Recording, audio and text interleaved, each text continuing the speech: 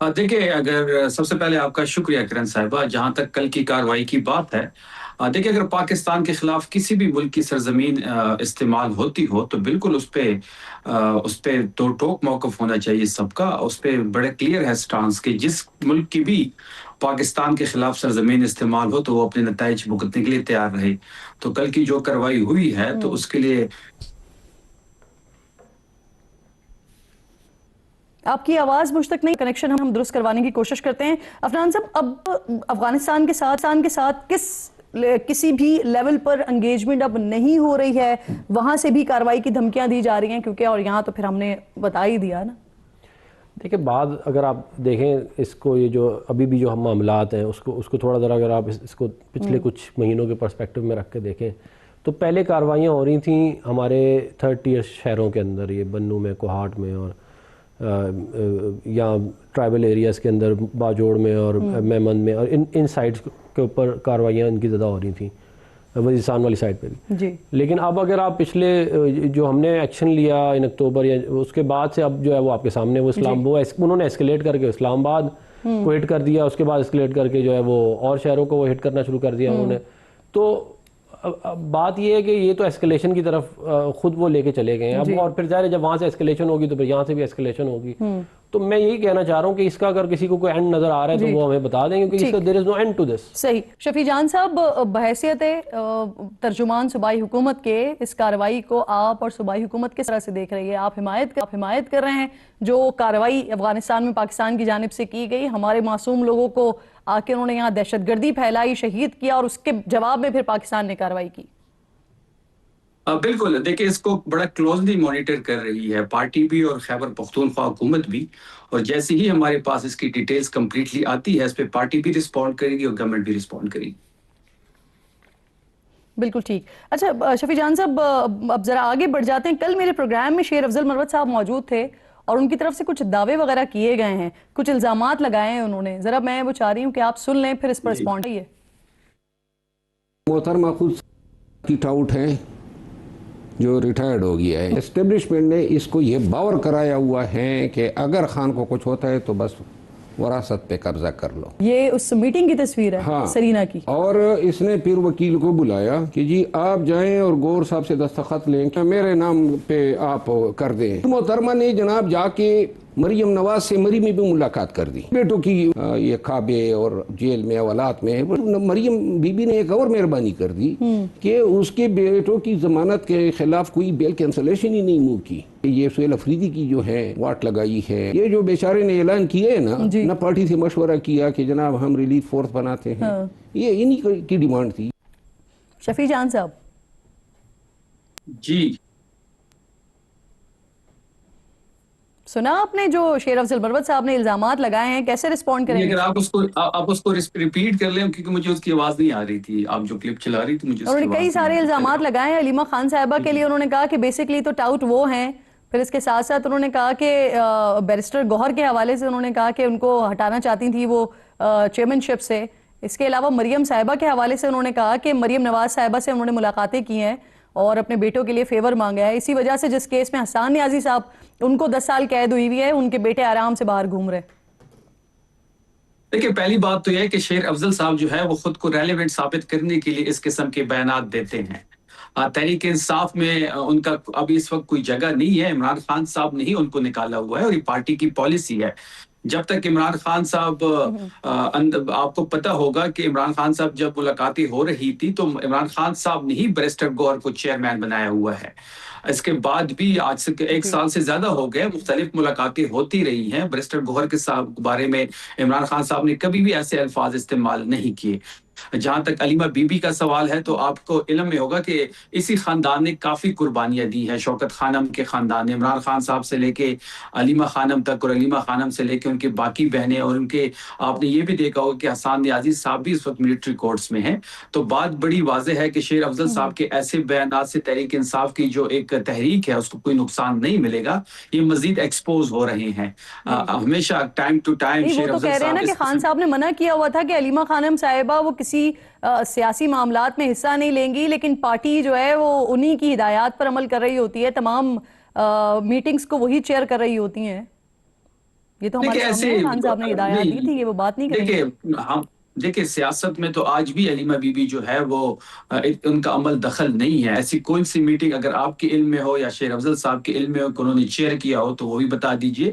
جہاں تک ان کی صحت کی بات ہے تو علیمہ خانم کے وہ بھائی ہیں عمران خان صاحب, اور وہ جو ان کے مطالبات ہیں صحت کے معاملے میں, الشفا ہاسپٹل کی شفٹنگ ہو گئی, ان کے فیملی زیر نگرانی ان کا علاج ہو گیا, ذاتی ڈاکٹر کی جو ڈیمانڈ ہے اس کے ساتھ تحریک انصاف بالکل چٹان کی طرح کھڑی ہے. صحت کا جو معاملہ ہے وہ سیاسی نہیں ہے, باقی علیمہ بی بی غیر سیاسی ہے, نہ وہ پارٹی کے معاملات اچھا, کچھ میٹنگز کی شفیع صاحب آپ بات کر رہے ہیں تو کئی ساری تو ایسی میٹنگز بھی ہیں. ایک تو ایسی میٹنگ بھی تھی جس میں اسی بات پر خفا ہو کر کہ علیمہ خان صاحبہ جو ہیں وہ تھوڑا ناراض زیادہ ہو جاتی ہیں, غصہ زیادہ کر لیتی ہیں. سلمان اکرم راجہ صاحب نے بھی ریزائن کیا تھا, پھر ان کو واپس لے لیا گیا تھا. تو ایسی کئی ساری میٹنگز موجود ہیں.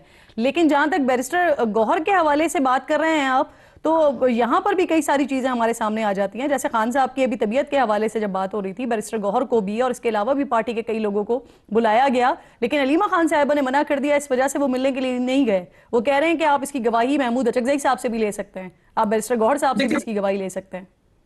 کرن صاحبہ, جہاں تک صحت کی بات ہے عمران خان صاحب کی, تو وہ سیاسی معاملہ نہیں ہے. اس میں جو فیملی ڈیمانڈ کرے گی تحریک انصاف اس کے ساتھ کڑی ہوگی.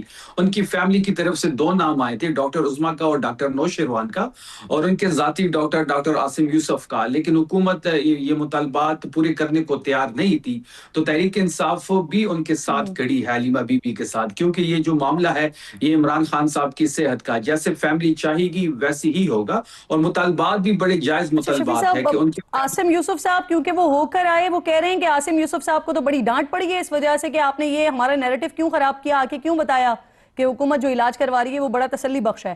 دوسرا یہ کہ نورین خان صاحبہ کے علاوہ اگر بیرسٹر گوہر چلے جاتے تو کیا فرق پڑ جاتا؟ آپ لوگوں کو تو کنسرن خان صاحب کی صحت تھا نا سر. دیکھیے بیرسٹر گوہر صاحب جو ہے وہ ان کی فیملی ممبر نہیں ہے. ڈے 1 سے ہمارا مطالبہ یہی تھا کہ ان کے فیملی زیر نگرانی سب کچھ ہو, ان کا ذاتی ڈاکٹر ان کے ہمراہ ہو. کون سی قیامت آ جاتی ہے اگر ان کی فیملی کے زیر نگرانی تمام تر پروسیجر ہوتا, تمام تر علاج ہوتا, ان کا ذاتی ڈاکٹر ان کے ہمراہ ہوتا, تو یہ بہتر نہ ہوتا. کہ آپ کو یاد نہیں ہے کہ جب نواز شریف کا ایشو تھا, جب پاکستان کے اندر ان کو ہاسپٹل کے کسی سرکاری ہاسپٹل میں شفٹ کیا گیا, کیا مریم نواز کو اگلا کمرہ نہیں دیا گیا؟ کیا ڈاکٹر عدنان ان کے ہمراہ نہیں تھے جب پلیٹلیٹس کا بہانہ بنایا گیا اور جب وہ انگلینڈ چلے گئے تو کیا ان کے پسند کا ملک میں آپ نہیں کی دیا پہلی گیا؟ والی بات وہ سننے والوں کے لیے بھی آسانی ہو جائے گی, میں بھی آپ کی بات زیادہ آسانی سے سمجھ لوں گی. یعنی آپ یہ کہہ رہے ہیں کہ بیرسٹر گوہر کو آفر تو ہوئی تھی حکومت کی طرف سے, لیکن چونکہ آپ لوگوں کا مطالبہ یہ تھا کہ فیملی ہی ان سارے معاملات کو دیکھے, اس وجہ سے پھر واقعی جانے نہیں دیا گیا بیرسٹر گوہر کو, ایسا ہی ہے؟ دیکھیں فیملی کی طرف سے 2 نام آئے تھے, ڈاکٹر عظمیٰ کا اور ڈاکٹر نوشیروان کا, اور جو فیملی کا مطالبہ تھا تحریک انصاف اس کے ساتھ کھڑی ہے. اور ہم یہ چاہتے ہیں کہ ان کے فیملی کے لیکن زیر بیرسٹر گوہر کو نگرانی نہیں جانے دیا گیا نا, یعنی بلایا گیا ان کو لیکن جانے نہیں دیا گیا, یہی کہہ رہے ہیں نا بیرسٹر گوہر جو ہے وہ فیملی کا حصہ نہیں ہے. میں شروع میں نے آپ کو کہا, شاید آپ میری بات ہی میری بات سمجھ نہیں پائی. میں آپ کی بات سمجھ رہی ہوں. دیکھیں صحت کا جو معاملہ ہے وہ سیاسی نہیں ہے, اس میں فیملی انٹرویل کرے گی, اور جیسے فیملی سیٹسفائی ہوگی اسی طریقے سے چیزوں کو ہم آگے لے کے جائیں گے. چلے سننے والوں پہ چھوڑتے ہیں کہ ان کو آپ کی بات سے کیا سمجھ آیا. اب مجھے یہ فرمائیے, ایک اور بھی انہوں نے جو ہے نا وہ معاملہ اٹھایا سہیل آفریدی صاحب کے حوالے سے. اس سے پہلے کہ میں اس بات پر آؤں, مجھے مریم صاحبہ کے حوالے سے بھی ایک دعویٰ یاد آیا. فرحان صاحب ذرا پہلے آپ اس کو کلیئر کر دیجئے گا. وہ کہہ رہے ہیں کہ علیمہ خان کو تو باتوں میں انہوں نے مریم صاحبہ کے لیے ایک دوست کا خطاب بھی دے دیا. انہوں نے کہا وہ جا کے مری میں ملی, انہوں نے فیور لیا اپنے بیٹوں کے حوالے سے. آپ جانتے ہیں ایسی کوئی ملاقات جیل میں سہولیات وغیرہ کے حوالے سے بھی؟ پھر وہ کہہ رہی ہیں کہ مریم صاحبہ سے ملاقات کر کے ہی فیور لیا انہوں نے جس وقت بیٹے جیل میں تھے. دیکھیں اس کے اوپر جو ہے وہ آپ موقف جو ہے وہ علیمہ خان صاحبہ سے ضرور لے لیں, اور جہاں تک ہماری پارٹی کے, میں اس کو کنفرم نہیں کروں گا, لیکن اگر یہ بات درست ہے تو چیف منسٹر صاحبہ خود اگر موضوع سمجھتی ہوں گی تو وہ کر دیں گی اس پہ بات. یہ آپ لوگوں کے علم میں نہیں ہے ویسے ایسا کچھ بھی؟ نہیں, میں ایسے کنفرم نہیں کر سکتا. آپ ڈینائی کر سکتے ہیں؟ نہ میں کنفرم کر سکتا ہوں, نہ ڈینائی کر سکتا. چلیں پھر آپ کی بات بھی میں چھوڑ دیتی ہوں عوام کے اوپر کہ وہ خود ہی اس کو سمجھ لیں کہ شیر افضل مروت کتنی صحیح بات کریں. اچھا شفیع جہاں صاحب, یہ رہائی فورس جو ہے وہ پارٹی کے اندر مشاورت اس پر کیوں نہیں کی گئی ہے, اور جو کام تحریک انصاف اور تحریک تحفظ آئین پاکستان یہ نہیں کر سکیں, وہ جو آپ رہائی فورس کی بات کر رہے ہیں وہ کیسے کرے گی سر؟ پہلی بات یہ ہے کہ رہائی فورس کا جو اعلان ہے وہ سی ایم سہیل آفریدی صاحب نے کیا ہے اسٹریٹ موومنٹ کی تناظر میں. اسٹریٹ موومنٹ کی ذمہ داری جو تھی وہ عمران خان صاحب نے ہی سہیل آفریدی صاحب کو دی ہوئی ہے, اور جس طریقے سے اسٹریٹ موومنٹ کو وہ آگے لے کے بڑھے ہیں وہ بھی آپ کے سامنے ہے. جس طریقے سے سندھ میں موومنٹ چلی, پنجاب میں کرفیو لگانا پڑا, خوف اتنا تھا سہیل آفریدی کا اور عمران خان صاحب کا. پھر خیبر پختونخوا میں میس موبلائزیشن بھی آپ نے دیکھی ہوگی. تو اسی تناظر میں رہائی فورس کا اعلان کیا گیا. ہم یہ سمجھتے ہیں کہ رہائی فورس جو ہے وہ ایک اچھا رول پلے کر سکتی ہے عمران خان صاحب کی رہائی کے لیے. مینڈیٹ کیا ہوگا سر رہائی فورس کا؟ یہ نوجوانوں پہ مشتمل. سر آپ لوگ پہلے کہتے تھے کہ محمود اچکزئی صاحب کے پاس مذاکرات کے رائٹس دیے ہوئے ہیں, خان صاحب نے ان کو مینڈیٹ دیے ہوئے ہیں رہائی کے حوالے سے بھی, احتجاج کے حوالے سے بھی, تو پھر یہ رہائی فورس کے پاس کیسے آ جائے گا یہ رائٹ؟ دیکھیں, میں نے شروع میں کہا کرن صاحبہ کہ یہ اسٹریٹ موومنٹ کے تناظر میں ہی سہیل آفریدی صاحب نے اس کو اناؤنس کیا ہے. یہ نوجوانوں پہ مشتمل ہوگی, اس کی باقاعدہ ممبرشپ ہوگی, ان سے حلف لیا جائے گا اور سہیل آفریدی صاحب ہی اس کو لیڈ کریں گے. جہاں تک محمود خان اچکزئی صاحب کی بات ہے, علامہ ناصر صاحب کی بات ہے, بالکل عمران خان صاحب نے ان کو ذمہ داری دی ہوئی ہے, مذاکرات کے حوالے سے ہو یا تحریک کے حوالے سے ہو. جو اسٹریٹ موومنٹ کی ذمہ داری ہے وہ سہیل آفریدی صاحب کے پاس ہے. اگر تحریک کے اعلان محمود خان اچکزئی صاحب کرتے ہیں تو خیبر پختونخوا سے سہیل آفریدی صاحب ہی لیڈ کریں گے, اور اس میں جو رہائی فورس ہوگی اس کا ایک وائٹل رول ہوگا. یعنی اس کا تعلق پاکستان تحریک انصاف سے یا پھر تحریک تحفظ آئین پاکستان سے نہیں ہے؟ یہ اس کے لیے اس کے کسی بھی قسم کا کوئی بھی فیصلہ لینے کے جو ثواب دیدی اختیارات ہوں گے وہ پھر ان کے پاس ہی ہیں, سہیل آفریدی صاحب کے پاس ہی ہیں, انہوں نے اپنے پاس رکھے ہوئے ہیں. دیکھیں, رہائی فورس جو ہوگی عمران خان رہائی فورس وہ غیر سیاسی ہے, اس کی کوئی سیاسی عزائم نہیں ہے. جیسے عمران خان صاحب رہا ہوں گے تو اس کو ڈیزالو کر دیا جائے گا. یہ اسٹریٹ موومنٹ تناظر میں ہی بنائی جا رہی ہے. اسٹریٹ موومنٹ کی ذمہ داری سہیل آفریدی صاحب کے پاس ہے. ٹھیک ہے, بالکل ٹھیک. افنان صاحب ذرا ٹاپک کو آگے بڑھاتے ہوئے, پنجاب حکومت نے ایک عدد طیارہ خریدا, اس پہ بڑی تنقید ہو رہی ہے سر. پھر وزیر اطلاعات پنجاب کا جو موقف آیا تو اس کے حوالے سے اس سے تو ایسا لگتا ہے کہ وہ ایئر پنجاب کے لیے خریدا گیا ہے. ایئر پنجاب وہ جو ابھی رجسٹر وغیرہ بھی نہیں ہوئی ہے, جو ابھی گراؤنڈ پر نظر نہیں آ رہی ہے, صرف اس کا اعلان ہوا ہے. اب یہ مجھے فرمائیے, کل میں عقیل ملک صاحب کو سن رہی تھی تو وہ یہ کہہ رہے تھے کہ اگر حکومت نے اپنے لیے جہاز خریدا ہے تو پھر اس کو چھپانا نہیں چاہیے. آپ کی کیا رائے ہے اس پر؟ دیکھیں, اس کے اوپر جو معاملہ ہے وہ یہ ہے کہ جو پنجاب گورنمنٹ کے پاس جو پلین تھا وہ تقریباً کوئی 25-26 سال پرانا تھا جی. اور آپ کو پتہ ہے کہ فورن ڈگنیٹریز بھی آتے ہیں, ان کو بھی انٹرٹین کرنا ہوتا ہے. پھر آپ نے خود بھی جب جانا ہو سی ایم صاحبہ نے انٹرنیشنل کانفرنسز پہ تو ان کو ضرورت ہوتی ہے. اتنا لگژری طیارہ تو یہ لگژری کا تو نہیں, اس کا تو تعلق اس سے ہوتا ہے اس کی کتنا لمبا دور جا سکتا ہے, اس کے حساب سے پھر اس کی کانفیگریشن ہوتی ہے. میں ماہرین کو ویسے سن رہی تھی تو وہ کہہ رہے تھے کہ اس سے کم میں بھی آ سکتا تھا, مطلب جتنے پیسوں کا یہ ایک طیارہ لیا گیا اس میں 6-7 طیارے آ سکتے تھے. دنیا کے امیر ترین لوگوں کے لیے ہے سر, یہ وہی سپورٹ کر سکتے ہیں.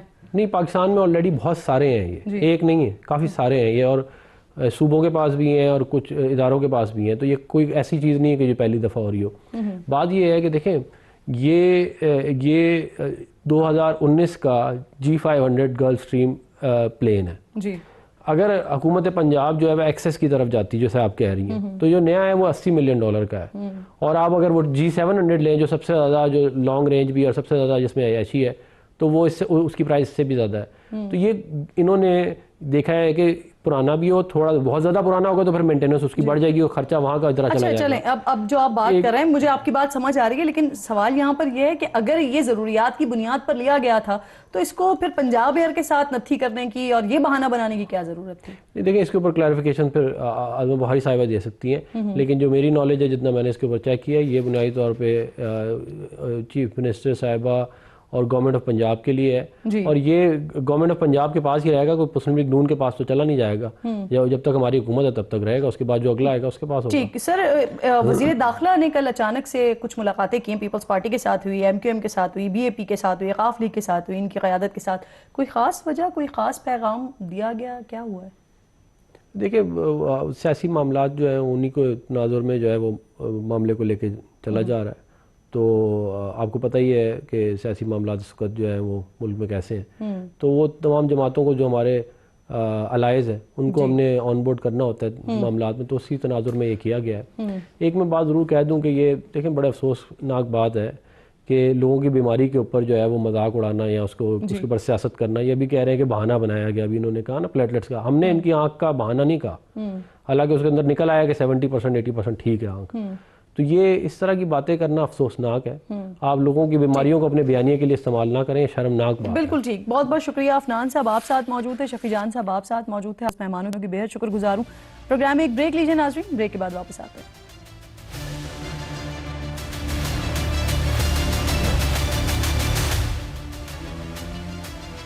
پروگرام میں ایک بار پھر آپ کو خوش آمدید کہوں گی ناظرین. سی سی ڈی نے 8 ماہ میں 900 ملزمان کو پولیس مقابلوں میں ہلاک کر دیا ہے. یہ HRCP کی رپورٹ آئی ہے, اور جو پنجاب پولیس کے سربراہ ہیں انہوں نے ہیومن رائٹس کمیشن پاکستان کی جو یہ رپورٹ ہے اس پر تبصرہ کرنے سے گریز کیا, جس میں کہا گیا ہے کہ کنٹرول ڈپارٹمنٹ نے صرف 8 مہینے میں 900 سے زیادہ ملزمان کو مشکوک پولیس مقابلوں میں ہلاک کر دیا ہے. اس پر بات کرنے کے لیے طاہر عالم صاحب, سابق IG پولیس ہیں, پروگرام میں مجھے جوائن کر رہے ہیں. آپ کے وقت کی بہت شکر گزار ہوں سر.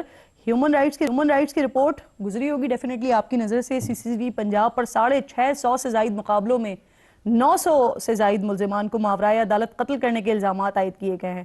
رپورٹ میں متاثرین جو ہیں ان کے اہل خانہ کے بیانات کو بھی شامل کیا گیا ہے. آپ کیسے دیکھ رہے ہیں اس رپورٹ کو؟ جی, اس میں تو کوئی شبہ نہیں ہے کہ پولیس مقابلے ہوئے ہیں, اور یہ پولیس مقابلوں کی جو اتھینٹسٹی ہے وہ بھی درست نہیں ہے. اور پھر اتنے زیادہ پولیس مقابلے ہو جانا اور ایک مختصر عرصے میں, یہ واقعی قابل غور ہے. ہم دیکھتے ہیں کہ پچھلے سال, ابھی 1 سال ہو گیا اس وقت نا, اس ماہ CCD کو بنے ہوئے 1 سال ہو جائے گا. تو گزشتہ 1 سال میں پنجاب میں 300 کے قریب مقابلے ہوئے تھے, اس دفعہ 900 ہو گئے. تو مقابلے ہوئے, لیکن اس کے کچھ پازیٹیو رزلٹس بھی ہیں. پازیٹیو یہ ہے کہ جو ہینس کرائم ہے وہ کم ہوا, ڈکیتی کی وارداتیں اور جو آرگنائزڈ قسم کا دیگر کرائم یہ ختم ہوا. یہ اس کا امپیکٹ تو ہے, لیکن ہم نے دیکھنا ہے کہ یہ امپیکٹ کس کاسٹ پر ہے. یہ امپیکٹ اس کاسٹ پر ہے کہ ہم نے بائی پاس کیا ہے کرمنل جسٹس سسٹم کو. ہم نے خود سے چند لوگوں کے ہاتھوں میں یہ اختیار دے دیا کہ وہ فیصلہ کریں کہ کون ملزم ہے, کون مجرم ہے. اور اس کی وجہ سے ہمارا سارا جو ہم بجائے اس کے کہ ہم عدالتی سسٹم کو بہتر کرتے, پولیس کے نظام میں ہم بہتری لاتے, پولیس کی انویسٹیگیشن کے معیار کو بہتر کرتے, جو ہم نے اربوں کا بجٹ دیا ہے CCD کو, یہ بجٹ ہم تھانوں پر لگاتے, تھانوں کا سٹرکچر بہتر کرتے. اور ہم نے ایک نیا ادارہ قائم کر کے ہم نے شارٹ کٹ رزلٹ حاصل کرنے کی کوشش کی. میرے خیال کے مطابق یہ شارٹ کٹ ہے.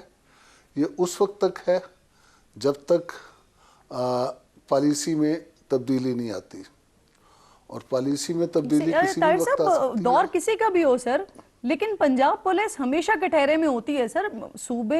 باقی صوبوں میں بھی پولیس تو وہاں پر بھی ہے, لیکن زیادہ تر جو ماورائے عدالت قتل کی باتیں سامنے آ رہی ہوتی ہیں یا الزامات سامنے آ رہے ہوتے ہیں وہ پنجاب کی طرف سے ہی آ رہے ہوتے ہیں. بلکہ یہاں تو یہ تک بھی ہوا کہ جو بیرون ملک سے انٹرپول کے ذریعے لائے گئے ملزمان تھے وہ بھی پولیس مقابلوں میں مارے گئے سر. جی, آپ کا اشارہ تیفی بٹ کی طرف ہے. تو ایسا ہے پنجاب, اس میں دیکھیں میں یہ سمجھتا ہوں کہ جو اس کے CCD کے جو کرتا دھرتا ہے انہیں مقابلوں کے سلسلے میں احتیاط کرنی چاہیے. انہیں یہ کرنے سے پہلے کم سے کم یہ دیکھ لینا چاہیے سینئر لیول پر کہ کون سا شخص یہ ڈیزرو بھی کرتا ہے یا نہیں کرتا. کیا اس نے قتل کیے ہوئے ہیں, یا محض ایک چھوٹی موٹی واردات کر لی اور اس کو بھی مقابلے میں پار کر دیا جائے.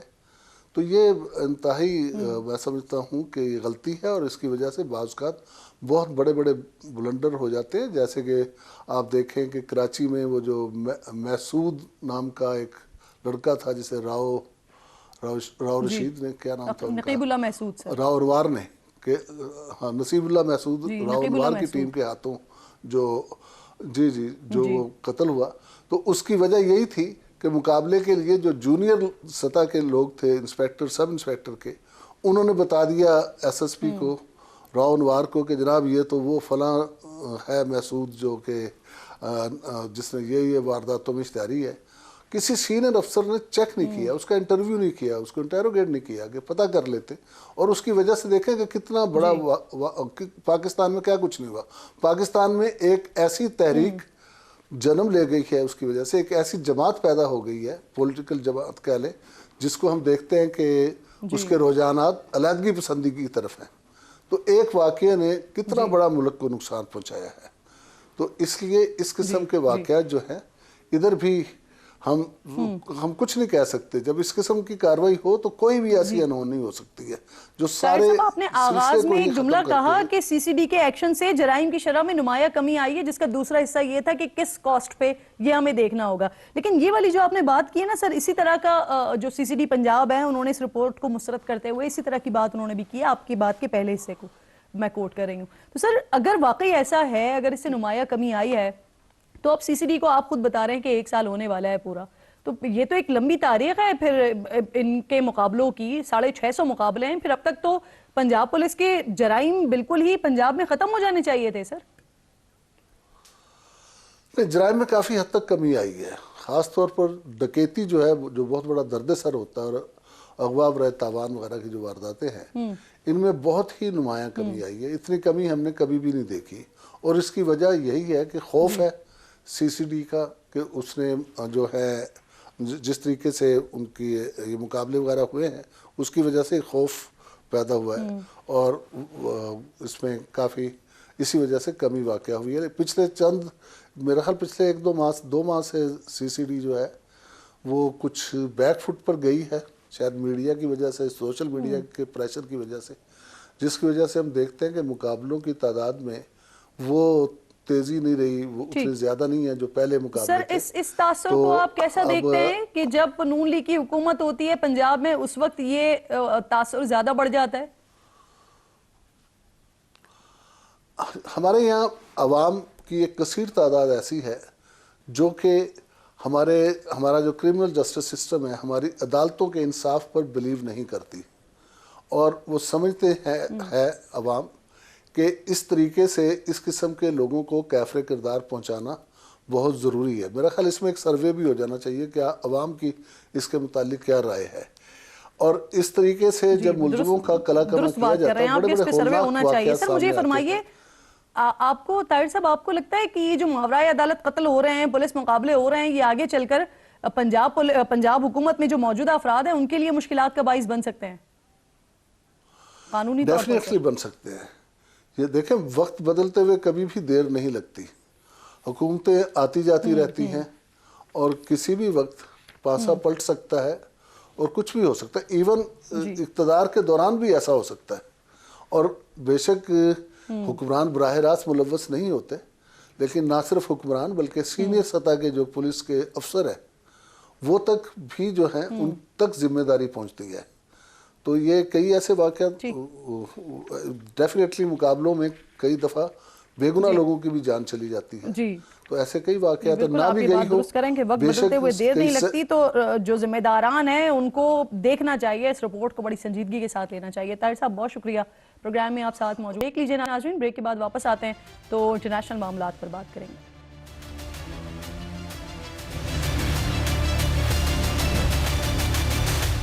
پروگرام میں ایک بار پھر آپ کو خوش آمدید کہوں گی. صدر ٹرمپ کی بارہا حملے کی دھمکی، سمندر میں امریکی جنگی بحری بیڑوں کی آمد کے باوجود ایران نے امریکہ کے دباؤ کے آگے سر جھکانے سے انکار کر دیا ہے.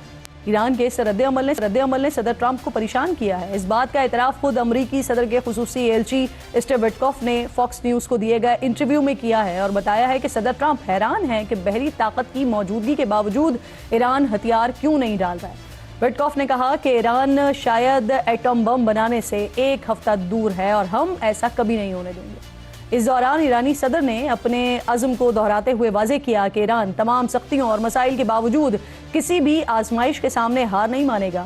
نیو یارک ٹائمز کے مطابق ایران ممکنہ جنگ سے نمٹنے کے لیے تیاریوں میں مصروف ہے. سپریم لیڈر نے زیادہ تر اختیارات نیشنل سیکورٹی کونسل کے سربراہ علی لاریجانی کو سونپ دیے ہیں. خبر کے مطابق علی خامنائی نے 4 سطحوں پر مشتمل